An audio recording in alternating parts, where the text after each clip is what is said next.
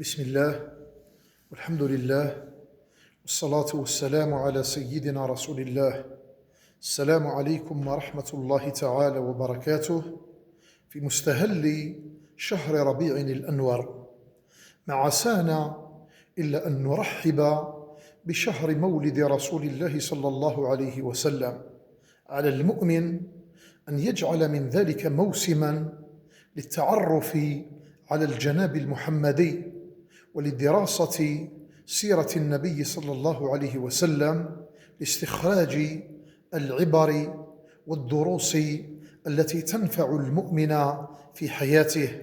فلا ينبغي أن يمر علينا هذا الشهر مرور الكرام، علينا أن نجعله موسما للتعرف أكثر ولدراسة السيرة العطرة أكثر وللنصرة والدفاع عن رسول الله صلى الله عليه وسلم.